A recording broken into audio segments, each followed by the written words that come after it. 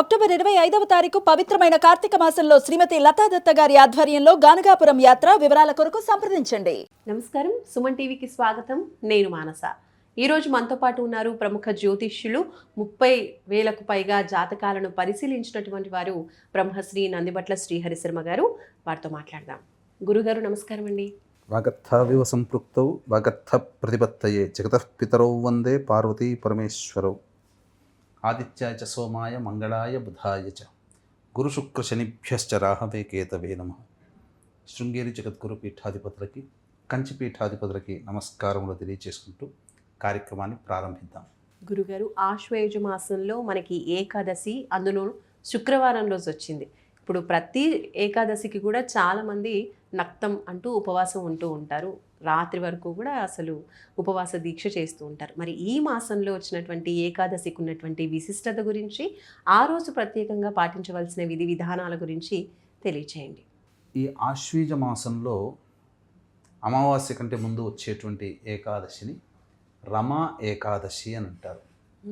అంటే ప్రతి నెల ఏకాదశులు 2 వస్తాయి, సంవత్సరానికి 24. అధిక మాసం వచ్చిందంటే ఇంకో 2 ఏకాదశులు పెరుగుతాయి. అయితే ప్రతి ఏకాదశికి ఒక పవిత్రత, ఒక పుణ్యప్రదము అనేటువంటిది ఉందమ్మా. ప్రతి దానికి కూడా ఒక కారణం ఉంటుంది. ఈ రమా ఏకాదశి రోజున ఎవరైతే వ్రతాన్ని ఆచరిస్తారో వాళ్ళకి స్వర్గప్రాప్తి కలుగుతుంది. అంటే దీని అర్థం ఏంటి? భవబంధాల నుంచి విముక్తి కలుగుతుంది. అంటే ఇంకా మనం లోతుగా ఆలోచన చేయగలిగితే ఈ యొక్క వ్రతాన్ని ఆచరించడం వల్ల ఏ సమస్యతోనైతే బాధపడుతున్నారో ఆ సమస్యకి మోక్షం కలుగుతుంది. ఇక్కడ స్వర్గప్రాప్తి అంటే ఏంటి? మోక్షమే కదా. మోక్షం అంటే చివరి స్టేజ్లో పొందేటువంటి మోక్షం అని అదొక అర్థం అయితే, మనం పడుతున్నటువంటి సమస్యలకి మోక్షం కలగడం, అది కూడా అర్థం చేసుకోవచ్చు. పైగా ఈ ఏకాదశి అనేటువంటి వ్రతాన్ని ఎంతోమంది ఆచరించినటువంటి వాళ్ళు, భీష్ముడు బ్రతికున్నంత వరకు ఆచరించాడు. కాబట్టే అతనికి స్వర్గప్రాప్తి కలిగింది. అంటే కోరుకున్న సమయంలో మరణం సంభవించడం. ఈ ఏకాదశి వ్రతాన్ని ఆచరించినటువంటి భాగవతోత్తములు, ప్రహ్లాదుడు, బలిచక్రవర్తి, వీళ్ళందరూ కూడా పరమ భాగవతోత్తములు అయ్యారు. భవిష్యత్తులో ఇంద్రపదవి ఇప్పుడున్నటువంటి ఇంద్రుడికి తర్వాత వచ్చేది బలిచక్రవర్తికి. పైగా మీకు బలిచక్రవర్తి ఈ యొక్క వ్రతాన్ని, ఏకాదశి వ్రతాన్ని ఆచరించినటువంటి కారణం చేత, విష్ణువు చేత ఈ ప్రపంచానికి అంతటికి కూడాను పరిపాలించగలిగేటువంటి శక్తిని పొందగలిగాడు. ఎప్పుడు అవుతుంది అని అంటే ఈ దీపావళి సందర్భంగా వచ్చేటువంటి ధనత్రయోదశి నుంచి మొదలవుతుంది. బలిపాడ్యమి అని అంటారు. బలిపాడ్యమి అని అంటే ఆ ఒక్కరోజు, దీపావళి వెళ్ళిన రోజు వచ్చి ఈ ప్రపంచానికి అందరికీ కూడాను ఆయన రాజుగా ఉంటాడు. బలిపాడ్యమి అని అంటారు. సో ఇంతటి విశిష్టత కలిగినటువంటి ఏకాదశి రోజున ఆ వ్రతాన్ని ఆచరించడం వల్ల ఎంతో గొప్పదైనటువంటి పుణ్యాన్ని మనం సంపాదించుకుంటాం. ఇక్కడ రమా ఏకాదశి అని అన్నారు. రమ అంటే ఎవరమ్మా? లక్ష్మీదేవి, సాక్షాత్తు లక్ష్మీదేవి. ఆ లక్ష్మీదేవికి సంకేతంగా ఉండబడేటువంటి వారం కూడా శుక్రవారం. కాబట్టి పరమ భక్తి తత్పరతతో ఈ యొక్క ఏకాదశి వ్రతాన్ని ఆచరించినట్లయితే వాళ్ళ యొక్క సమస్యలు అనతి కాలంలోనే తీరిపోతాయమ్మ. అందులో సందేహమే లేదు. ఎందుకు చెప్తున్నానంటే, చాలామంది యొక్క వ్రతాన్ని ఆచరించడంలో చాలా భయపడుతుంటారు. ఎందుకనంటే దీనికి ఏ వ్రతానికైనా కానీ నియమాల్లోకెల్లా ఈ యొక్క ఏకాదశి సంబంధించిన వ్రతాలకి కఠినమైనటువంటి నియమాలు ఉన్నాయి. అనాదిగా వస్తున్నటువంటి ఆచార ప్రకారం. కాబట్టి మనం చేయగలుగుతామో చేయలేమో అనే భయముతోనే ఎక్కువ మంది ఏకాదశిని ఆచరించరు. ఈ ఏకాదశి రోజున ప్రధానంగా చెప్పబడినటువంటిది ఏంటనంటే, ఉడికించినటువంటి పదార్థాలని భుజించకూడదు. ముఖ్యంగా బియ్యము, ఇటువంటి వాటిని భుజించకూడదు. మనకు ఈ యొక్క విధానాన్ని పెట్టినప్పుడు పండుగల రూపంలో, వ్రతాల రూపంలో, నియమాలు, నోముల రూపంలో కొన్ని మనల్ని చేత ఆచరించడం వల్ల మనకు తెలియకుండానే ఎక్కువ కాలం ఆరోగ్యంగా జీవించగలిగే స్థాయికి మనం వెళ్ళగలిగాం. అంటే ఈ యొక్క నియమాల్ని పెట్టినటువంటి మహర్షులు ఒకప్పుడు ఇలాగే మనం ఎందుకు పెట్టారని చెబితే వినరేమో అని ఈ యొక్క వ్రతాల్లో మనకు ఏర్పాటు చేసి ఉంటారు కాబోలు. ఎందుకనంటే జపాన్ వాళ్ళు ఈ ఏకాదశి అనేటువంటి తిథి మీద వాళ్ళు రీసెర్చ్ చేశారు. అంటే వాళ్ళందరూ కూడా సాధారణంగా చెప్పేటువంటిది ఏంటంటే నెలలో ఒకరోజు ఉపవాసం ఉండండి అయ్యా అని, శరీరం డీటాక్సిఫై అవుతుంది, తనంతట తానికే రిపేర్ చేసుకుంటుంది అని. కానీ మన మహర్షుల యొక్క జ్ఞానం ఎంత గొప్పదనంటే ఎప్పుడో చెప్పేశారు వాళ్ళు. ఎప్పుడో చెప్పడం కాదు, అక్కడ నెలలో ఏ రోజుల్లో ఉపవాసం ఉండగలిగితే శరీరము అనుకూలంగా తన యొక్క నిర్మాణ క్రియని చేపట్టుకుంటుందని చూసుకొని ఏకాదశి తిథినే ఎంచారు. ఏదో దశమికో పంచమికో అష్టమికో పెట్టాలిగా, ఏకాదశికి ఏం పెట్టారంటే మానవుడికి సంబంధించినటువంటి ఈ యొక్క ప్రపంచము అంతరిక్షము పంచభూతాలలో మానవుడి శరీరము ఏకాదశికి రెస్పాండ్ అవుతుంది. ఈ పంచభూతాల తత్వమే ఈ యొక్క దేహం. ఈ పంచభూతాలతో నిండి ఉన్నటువంటి ఈ దేహము రెస్పాండ్ అయ్యేటువంటిది ఏకాదశి తిథి వచ్చినప్పుడు.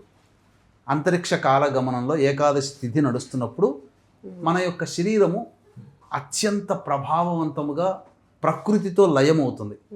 అప్పుడు మనం ఏ ఆహారం తీసుకోకుండా శరీరాన్ని వదిలిపెడితే ఆ శరీరం అనేటువంటిది డీటాక్సిఫై చేసేసుకుంటుంది, శక్తివంతంగా అవుతుంది.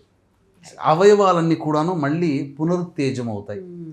ఇదే విధానం ఏకాదశిలో చెప్పబడి ఉంది. మరి ఇంతటి విశిష్టత ఉన్న ఏకాదశి రోజు ఎలాంటి నియమాలు పాటించాలంటారు గురుగారు?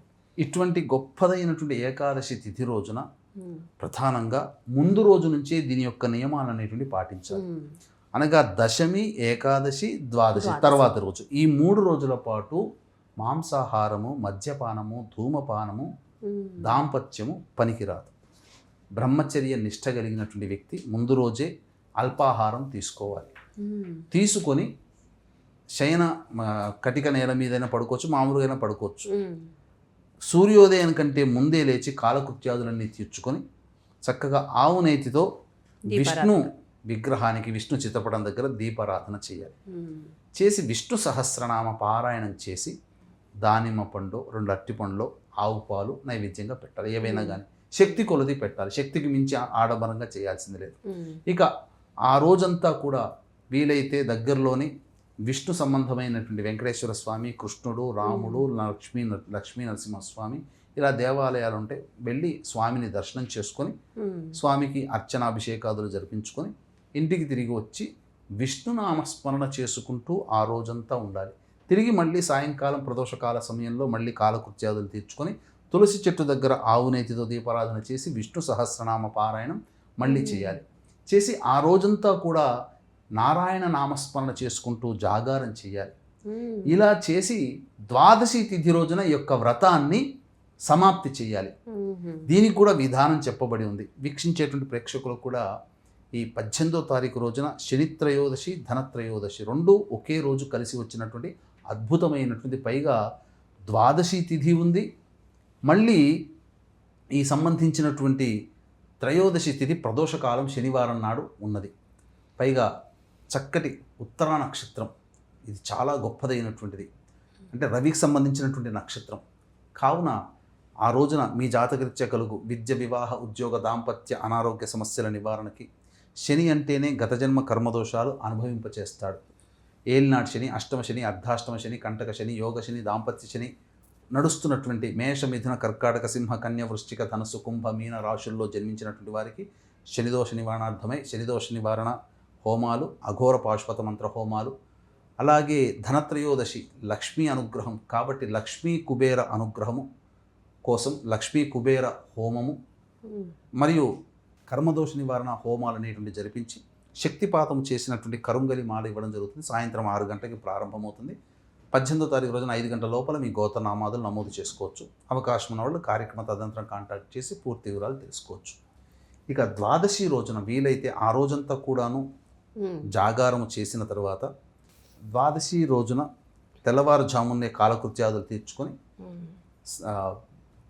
తులసి చెట్టు దగ్గర ఆవు నేతితో దీపారాధన చేసి విష్ణు సహస్రనామ పారాయణం చేసి సాత్వికమైనటువంటి ఆహారాన్ని గృహంలో ఏర్పాటు చేసుకోవాలి, వండుకోవాలి.